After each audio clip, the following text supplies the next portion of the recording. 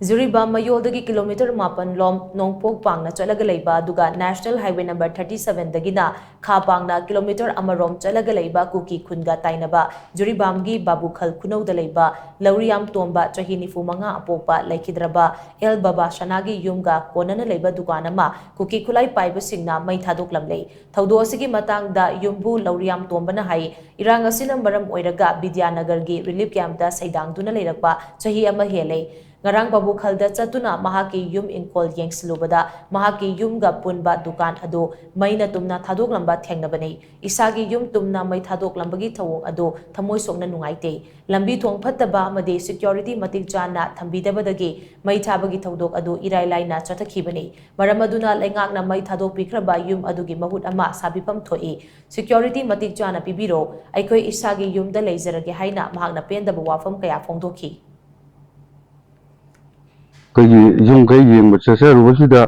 masaygi ay yung dukan kasi sak na liramani asina ako'y mafam chana ako'y liramiba jagado isa-isagi matik saba keno yung kay sabiri harga sakriba singje si matungin ako'y isa-isa iramdam sida hanjanba pamjay masiday sida sarkar na security matik saan thambire harga ako'y lonariba Kuki ga lonariba jaga sida section thorang lokhat pire harga hanagi mafam cha na isa yumda leiba sumaina nungai jaipana leina ba isi sarkar da haijari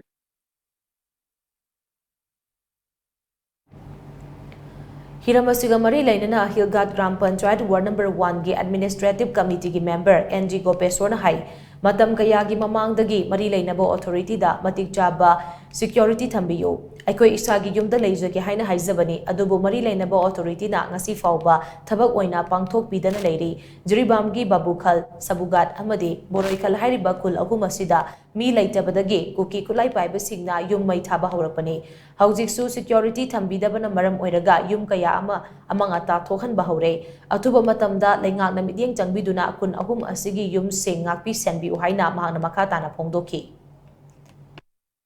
mayum da dukan su yauna tawjebani adu tumna ma ge dukan ge poche ama man chingba puna muk loina tak na leramne adu maram asina aikoi leiriba khunahum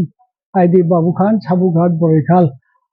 hoji government na aikoi lerei chi chahi ama hele relief camp da lerei cheng asi bawda security checking thawang to bide aikoi di security pibiro aikoi sagi jumda hanjarage haina DC Jiribamgi DC da so che kara thaja kare haja kare adu ngasi bawda madugi chapchaba ibam mama government na senbi raktabani na aikoi si relief camp da leiri adu hojik leiri ba makhata na leiri ba jum chingchi so tharak pa yabaki akiba lei adu government na checking thawang oina aikoi jaga singdu da security thambiraga aikoi bo mafam chana khundu da hanjin hanbiyo aina government gi makai da kun ching